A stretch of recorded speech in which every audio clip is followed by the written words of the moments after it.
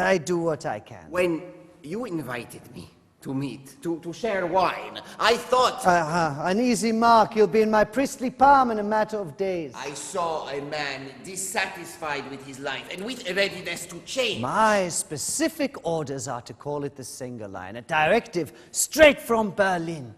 They actually care what a minor lieutenant in a third-tier town calls a former defensive line. It makes my chest swell with pride. Allies will be in Rome in a matter of Our weeks. concerts and conversations will cease. Open city status may work for Rome because your corporate headquarters are there. That doesn't mean it'll work in Florence or Chieti. How is Chieti more important than Orvieto? You're asking a German. I can't even pronounce it. It is not. So I should go to the generals at Palazzo Netti and tell them that Orvieto is just as important as Chieti.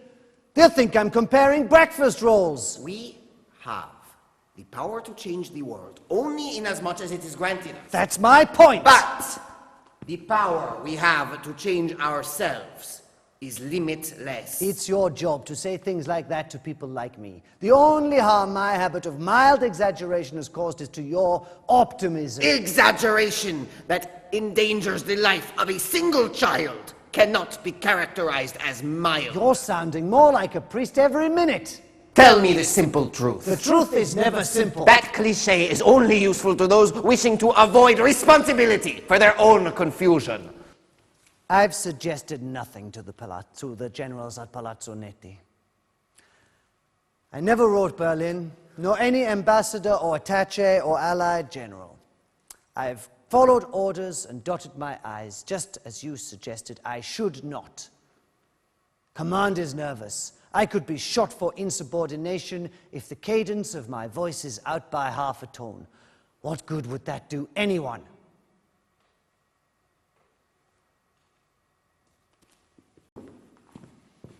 Tuesday, the 6th of June, 1944, 1614.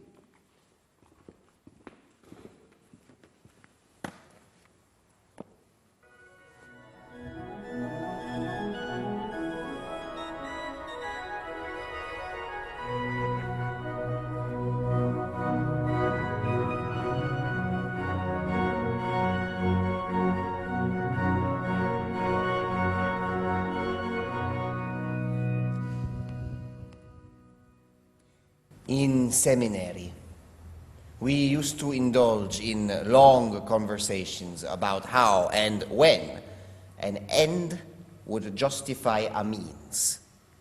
By the time I took my vows, I was convinced that no end is so perfect that a means that is less than perfect can be morally just.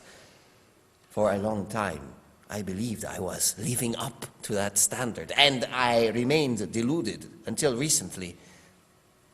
In reality, I never had the courage to assess the means by which I arrived at an end with the same rigor with which I assessed the end itself. Within limits, I have found my peace with that failing. What changed? The difficulty of finding any means at all, let alone a perfect one. Did your Vatican radio broadcast today? No. Do you know why? Oh. Our men in the valley will soon be welcoming their brethren in retreat. Was there an aerial attack? The British and Americans danced into flowers. Lord be praised. Oh, allow some credit for the German command. Rumor is we retreat to the Gothic line north of Florence. That would be sensible. A retreat to Munich would be more sensible. Italians and Germans only really get on as holiday renters, and even then not all that well. So Orvieto is safe? What gives you that idea? You just said... My orders stand. Defend this city to the last and then destroy it as we leave. Break them. Break who? Your orders. Ignore them. Whatever it is you do when you do not follow orders, do that. The end is to preserve Orvieto and is without flaw. Those means would be more than justified. You've come a long way since seminary. What is the worst that could happen? I'm shot, And in my place, a stupid young man who thinks he has a brilliant career ahead in the Third Reich, and who has no doubt that his really wanting an end justifies whatever mean is handy. Better the Nazi you know. The tide is turning. You have heard the news from Normandy. Or in my case, the Nazi you don't really know. Yes, I've heard. Today is an anniversary. A wedding? Akin to a birthday. Whose? Alfred Larsen's. Yours. 8 years. I'm sorry, I 8 years today since the paperwork arrived confirming my change of name. My birth name was proud, elaborate, old-fashioned, like a parade. Bruno Friedrich Wilhelm Karl Levienne. It was time for an update. Levienne. Levienne is French. French. And Jewish.